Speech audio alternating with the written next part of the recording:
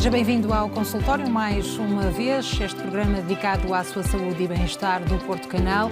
Mais de 70% dos portugueses diz que fariam rastreio ao cancro do pulmão se tivesse essa oportunidade. Uma medida preventiva com provas dadas noutros países que a Associação Pulmonal quer ver implementada em Portugal a médio prazo. É por isso nossa convidada, doutora Isabel Magalhães, presidenta da Pulmonal, Associação Portuguesa de Luta contra o Cancro do Pulmão. Bem-vinda ao consultório. Muito obrigada por estar aqui connosco. Ora, esta seria uma medida preventiva de extrema importância aqui, a dar aqui uma volta nos números, se fosse praticada, não é assim, Sra. Doutora?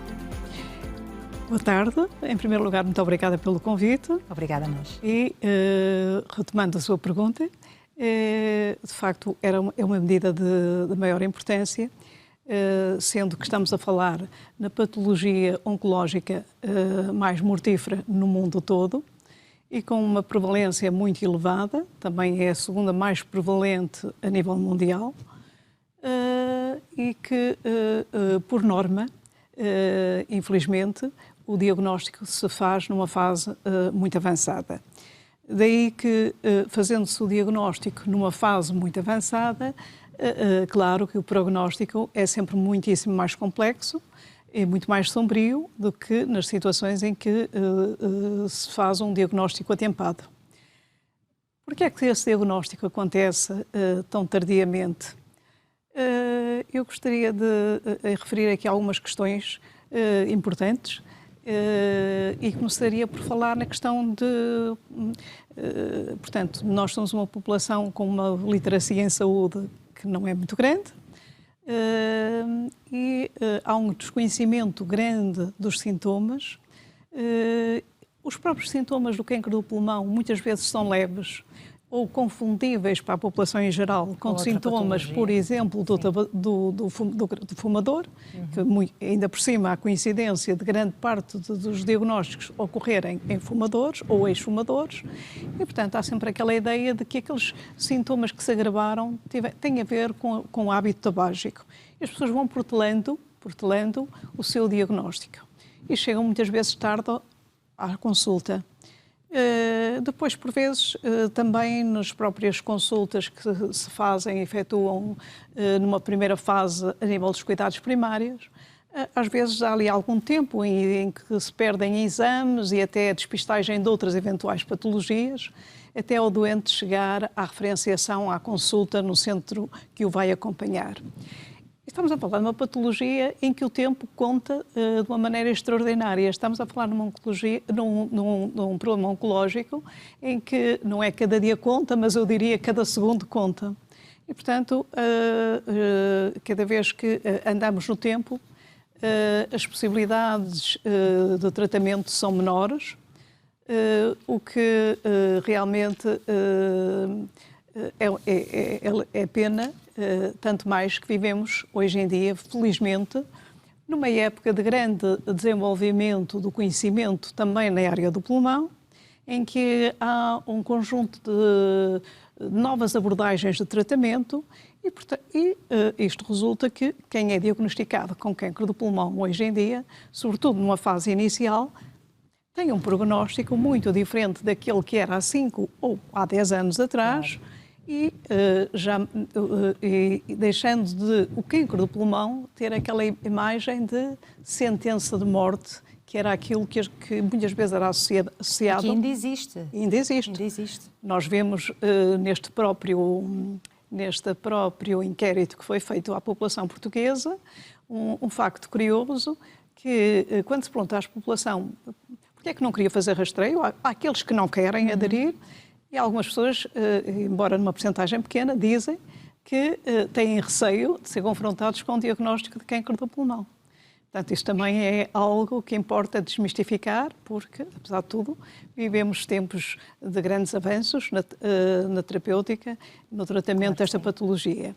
Mas podemos dizer que este diagnóstico, portanto, com a falta de rastreios, vai um bocadinho do bom senso de cada um. Estar atento aos sintomas e procurar um médico especialista. Fica no âmbito da esfera pessoal, não é? Valorizar os seus próprios sintomas e dar-lhes, portanto, um significado suficiente para recorrer a uma consulta. E pelo que me diz, Portugal está longe desta esfera.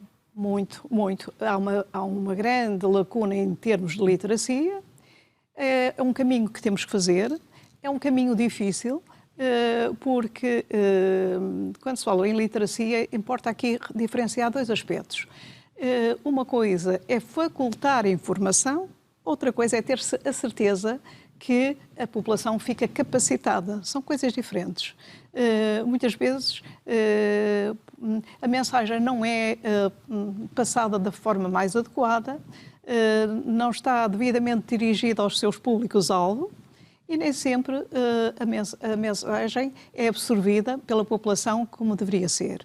Portanto, há aqui um esforço grande na necessidade de capacitar os indivíduos. E isso é uma das coisas que várias entidades, entre as quais a Associação Pulmonal, têm como objetivo principal, é procurar promover a literacia e a capacitação da população. E isto também está intimamente ligado com uma outra questão, que é a questão da prevenção em termos gerais. Mas há falta de informação, há falta de campanhas mais fáceis a passarem mais cedo nas escolas para haver uma educação diferente? Olha, eu acho que há, se calhar, um bocadinho de tudo isso, mas há também, da parte da população, um grande afastamento de muitas temáticas, como seja a questão da saúde. Claro, não é só o cancro do pulmão, mas outras questões. Exatamente. Sim, sim. E repare que também, quanto a isso, estamos numa época muito importante, é uma época de oportunidade para se alterar isto. E porquê? Porque vivemos uma pandemia e com a pandemia fomos todos os dias, eu diria que inundados com informação sobre tudo e mais alguma coisa, e a população ficou muito mais alerta para a questão da saúde. Os próprios doentes que estavam em tratamento tiveram que tomar um papel mais ativo no processo de gestão da sua própria doença.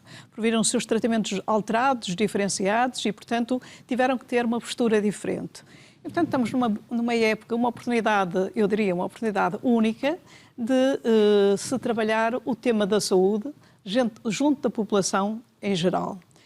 Claro que prevenção, e estamos a falar aqui numa prevenção primária, é algo que envolve investimento, não é? E que, infelizmente, alguns países, entre os quais Portugal, reservam uma pequena parcela do orçamento da saúde para a área da prevenção. Sendo certo que, se não houver... A prevenção, obviamente, não tem resultados imediatos. A prevenção tem resultados que se vão ver no médio prazo, mas resulta certamente numa poupança enorme e com certeza será a base da sustentabilidade do Serviço Nacional de Saúde, porque é dinheiro que certamente à frente se vai poupar em tratamentos muito dispendiosos. Mas um rastreio desta natureza é caro porquê? Relativamente ao rastreio, portanto, falamos na prevenção. Quando falamos na prevenção, falamos em muitas questões, que é a questão que tem a ver com o que disse há pouco, por exemplo, de campanhas, sensibilização das crianças desde pequenas e ao longo da vida para o não tabagismo, a necessidade da cessação tabágica e muitos outros hábitos saudáveis. Mas falamos também numa prevenção secundária, que é aqui que entra o rastreio. Qual é a importância do rastreio? A importância do rastreio é que permite detectar situações numa fase muito inicial, em que porventura até ainda nem têm sintomas que sejam percebidos pelo próprio, claro. Não é? E, portanto, com certeza, pode ser um exame que tenha um custo associado importante, e podemos falar já sobre isso, porque o custo não é só um custo económico, financeiro. Nós, para termos este exame a funcionar, precisamos ter um conjunto de recursos, quer equipamentos, quer pessoas habilitadas a fazer o rastreio e o seguimento, mas é com certeza, como tem sido demonstrado já em estudos, nomeadamente estudos que foram feitos inicialmente nos Estados Unidos e mais recentemente no espaço, portanto, europeu, com destaque para o estudo Nelson, efetuado nos Países Baixos, em que os dados de 2020 denotam que, de facto, o rastreio efetuado na população certa traduz-se numa redução de taxa de mortalidade no cancro do pulmão. O rastreio não é uma questão que tenha sido decidida há muitos anos, porque há muitos anos que se estuda a forma possível para rastrear o cancro do pulmão. Isto remoto aos anos 70, mas portanto, por volta de 2012, surgiram os primeiros resultados com impacto sobre a forma de rastrear, que é um TAC de pequena dosagem, estudos efetuados nos Estados Unidos e que depois têm sido replicados noutras partes, sendo que os resultados com grande relevância e mais recentes são dos tais do estudo Nelson, efetuado portanto, na Holanda e Bélgica, com resultados recentes e muito promissores.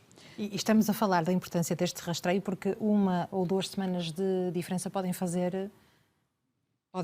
ditar quase o resultado. Uma evolução rápida. É um carcinoma com uma evolução muito rápida, contrariamente a outros que têm que são mais compatíveis com algumas paragens, o que não acontece no cancro do pulmão.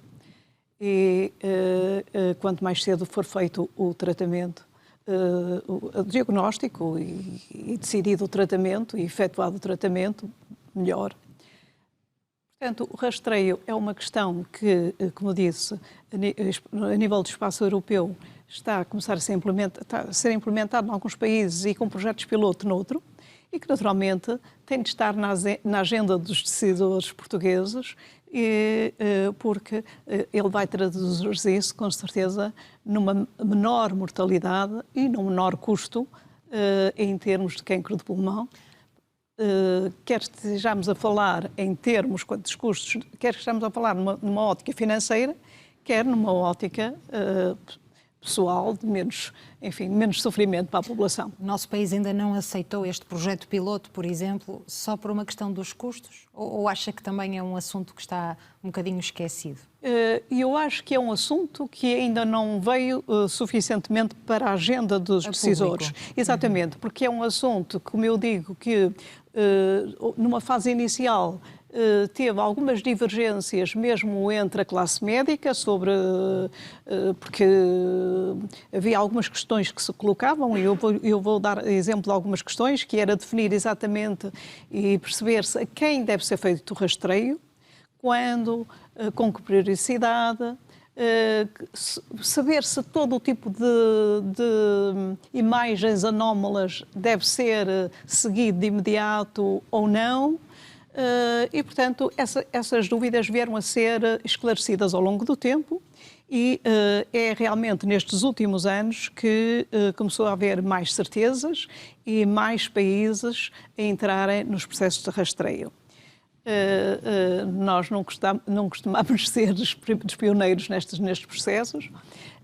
Acredito também que os tempos de pandemia que atravessamos e que tiveram reflexos ao longo dos vários países no atraso de algumas etapas do rastreio e que também a nível português com certeza influenciam a tomada de decisões e de definição de prioridades, mas há uma coisa que é certa, este assunto tem de estar na agenda, tem que ser discutido e tem que ser com certeza posto em prática, sendo certo que, portanto, há que definir com os peritos adequados como se vai fazer, com que meios, com que recursos, o que é preciso e haver também depois toda a capacidade de resposta que é necessária quando é feito um rastreio positivo, não é? Porque se existe um rastreio com um exame positivo,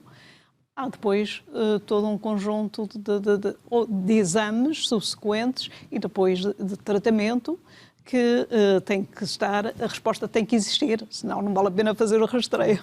E podemos dizer que o contexto de pandemia da Covid-19 evidenciou a importância de um diagnóstico precoce, até porque eu sei que não há números, mas já há casos de doentes que dão entrada nos hospitais em estado muito avançado. Exatamente. A pandemia tem sido, eu diria que dramática, para aqueles que estavam numa fase de diagnóstico de cancro do pulmão. Porque aqueles que estavam em tratamento mantiveram os tratamentos durante a pandemia, ainda que modificados, como eu dizia há pouco. Portanto, o tipo de tratamento pode ter sido alterado, mas manteve-se. Claro. Exatamente. Os doentes que estavam para ser diagnosticados não foram diagnosticados, e isto por vários fatores. Desde logo, a própria população, enfim, denotou-se receio das pessoas em recorrer às consultas, às urgências. Houve um receio por parte da população de se expor ao vírus.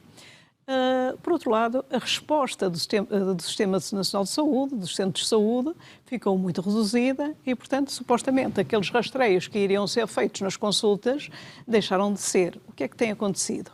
Tem acontecido que os doentes que estão a ser diagnosticados são aqueles que entram nos hospitais pela consulta, pela urgência, e que já vão numa fase muito avançada em que, em grande parte, já não é possível iniciar uma terapia, enfim, com vista mais curativa, mas o doente passa logo para uma fase de cuidados paliativos. Isto é a situação que se está a viver e que certamente vai continuar a ocorrer nos próximos anos. Vai, com certeza. Vai agravar-se? Sim, exatamente, até por a questão, isto prende-se, por exemplo, com a questão de não haver um rastreio populacional do cancro do pulmão. Porque, repara, nós todos temos consciência deste facto que acabei de referir. Mas agora a questão coloca-se muitas vezes: como é que nós podemos recuperar estes atrasos? Isto não é fácil, não estamos aqui numa patologia em que exista um rastreio populacional em que, por exemplo, possa ser decidido, portanto, aumentar a velocidade de rastreios de forma a rastrear mais pessoas em menos tempo. Aqui não, nós estamos numa situação em que continuamos um bocadinho naquilo que já falámos, na esfera de cada um valorizar ou não os seus sintomas, e também na capacidade dos próprios centros de saúde retomarem as suas consultas para poderem fazer os diagnósticos normais, que não Covid, e neste caso concreto, do cancro de pulmão. O tabagismo, que até falávamos há pouco, a propósito das consultas de cessação tabágica. Sim. Portanto, o tabagismo é a principal causa da doença, incluindo o fumo em segunda mão, que às vezes é um bocadinho desvalorizado pela maioria da população. Exatamente. O tabagismo, de facto, é a principal causa de cancro do pulmão. Está associado em cerca de 85% a 90% dos casos detectados. Estamos a falar no tabagismo direto.